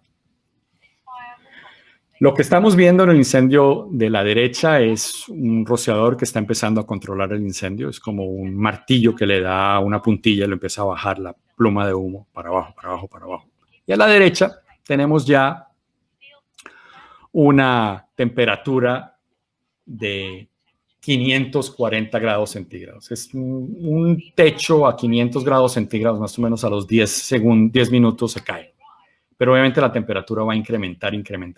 Entonces aquí pudiéramos pensar que en 4 o 5 minutos el techo va a empezar a colapsar, porque generalmente los techos de las bodegas son techos metálicos. La estantería muy posiblemente también empieza a fallar. Obviamente las estanterías de la derecha y la izquierda ya están prendidas. El incendio aquí ya tiene un tamaño importante y no estamos ni en los primeros 3 minutos del incendio. Ya aquí va a haber una pérdida total. Es decir, sin rociadores automáticos en este almacenamiento no hay nada que hacer. A los 2 minutos con 20 hay un control del incendio por los rociadores. Y bueno, señores, Álvaro, terminé poco tarde. Pero bueno, no, qué bien, de todas maneras, allí en los comentarios decían que todos, digamos, estaban bastante satisfechos con la información que les estaba entregando, entonces que no había problema con que se hubiera superado un poco el tiempo. Bueno, me excusan y muchas gracias. No. Bueno, de todas maneras tenemos algunas preguntas, entonces quería que respondiéramos algunas para pues poder desarrollarlas. Aquí tengo una. Allí están encontrando, antes que empezar a proceder con las preguntas, información de contacto del ingeniero Moncada para que puedan hacerle más preguntas si necesitan, bueno, cualquier cosa adicional que puedan revisar con él. Aquí tenemos la primera pregunta. Perdón, ahora que sí. ¿El impacto de los incendios se mide desde el punto de vista económico únicamente? Bueno, bueno, es una manera de medirlo. Obviamente, ustedes vieron que las listas que yo tenía mi lista de los incendios con muchos muertos, pero claro, o sea, la gran mayoría de los incendios tienen un incendio únicamente económico, no son la mayoría de los incendios que tienen muertos. Yo creo que no sabría decirte qué porcentaje es el incendio donde hay muertos versus a los que no hay muertos, pero la gran mayoría de los incendios son daños monetarios, ¿no? Ok. Bueno, continuamos. Algo similar, aunque sin muertos, se presentó el 18 de noviembre de 2007 en Almacenes Éxito de Bogotá, sector Fontibón recién inaugurado. ¿Qué se comenta de esto? No, de acuerdo, igual. O sea, es una instalación donde no había rociadores automáticos. De acuerdo con el asegurador, con el corredor y con el asegurador de Éxito, me pidieron varias veces que fuera con ellos, a hablar con ellos, a presentarles la problemática que ellos tenían. Ellos estaban convencidos de que con Brigada contra Incendios iban a solventar su problema. Y lo simpático fue que cuando los compran los franceses, lo primero que les dicen a ellos es ¿dónde están los rociadores? Y les dicen, es que tener rociadores es como tener agua, es como tener luz en una tienda de estas. Entonces fue muy interesante, ¿no? El cambio filosófico de lo que ellos hacían antes y hacen ahora. Bueno, prosigamos. Consulta, ingeniero, ¿dónde puede obtener los datos estadísticos sobre las prisiones de Latinoamérica? Bueno, yo no sé que haya algo fuera de lo que ya escribí y sí, bueno, creo que tú y Álvaro vamos a colgar esto ya sea en YouTube o en algún sitio vamos a colgar esta presentación, ¿correcto? Sí, señor.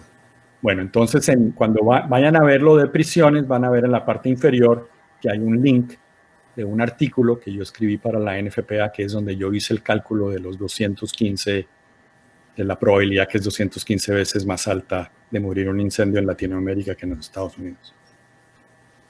Ok, perfecto. Aquí un mensaje para Colombia y su falta de prevención de incendios. Bueno, aquí tenemos una audiencia muy latinoamericana, ¿cierto, Álvaro? Hay gente de muchos países. De muchos países de Latinoamérica. Perfecto. Entonces, Colombia, bueno, yo soy americano, llevo viviendo 40 años acá en Estados Unidos, pero yo nací en Colombia y me siento colombiano. Me siento latinoamericano también, tal vez más que colombiano. Pero hay que decirlo, Colombia fue uno de los primeros países que empezó con NFPA. Y hay una gran tradición hay una gran tradición en protección contra incendios comparada con otros países. Hay una norma que, a bien o mal, aunque es una norma un poco vieja, es una norma que está basada en la NFPA. Lo que nos hace falta en Colombia es el Fire Marshal, la autoridad competente. No hay todavía una organización que pueda ir y cerrar, aunque hay ciertos pinitos en Bogotá, en ciertas áreas de Bogotá, en Medellín, en Cali, pero lo que nos hace falta es la autoridad competente. Entonces, también hay que decirlo, esto no se va a solucionar de la noche a la mañana, pero Colombia está comparativamente, no está atrás, no es la que está más avanzada, porque tal vez Costa Rica, Panamá y Ecuador, a propósito, Ecuador está muy bien con su autoridad competente, sobre todo en Quito. Y entonces ahí vamos. Yo creo que no nos podemos quejar los colombianos. Bueno, ¿cuál es la norma NFPA de los rociadores? NFPA 13. Listo, perfecto. Aquí tenemos otra. Yo creo que vamos con las dos últimas. Perfecto. Como para finalizar, ¿alguna tendencia de qué hacer con los edificios viejos? ¿A dónde se deberían enfocar los esfuerzos? Excelente. Bueno, una de las cosas lindas de la normativa de la NFPA es que te da criterios para edificios nuevos y para edificios existentes. Obviamente los criterios para los edificios existentes son menos onerosos que para los edificios viejos. Una estrategia muy buena es que cuando tú tengas un edificio bueno, pues te apoyes en un consultor en ingeniería de protección contra incendios, alguien que te pueda ir y venir y hacer se llama un plan maestro de seguridad contra incendios, ¿no? Darte un reporte, porque muchas veces lo que el ingeniero de protección contra incendios hace es no irse a rajatabla en la norma, porque la norma permite que haya soluciones equivalentes, sino que esta persona te trate de ayudar en cuál es la manera más razonable. Yo siempre he dicho, lo digo a mis ingenieros en la compañía donde trabajo yo, que nosotros tenemos que ser razonables. La protección contra incendio puede ser razonable. Nosotros tenemos que tener edificios con sistemas contra incendios, no sistemas contra incendios que tienen edificios. Es decir, lo más importante es el edificio, lo más importante es que el negocio sea viable, lo más importante es que la protección contra incendios sea razonable. Entonces tenemos una responsabilidad de hacer las cosas con cierta flexibilidad. Pero para cerrar, una buena estrategia en un edificio existente es de pronto ayudarte con un consultor en ingeniería de incendios. Ok. Vamos con esta última pregunta. Las demás, pues se las haremos llegar al ingeniero Moncada para que podamos responder algunas de ellas ya por internet. El tema legal de demandas sí es muy importante, sobre todo y cuando hay muertos. ¿Qué peso tiene NFPA ante un juicio y su ingeniero de protección contra incendios?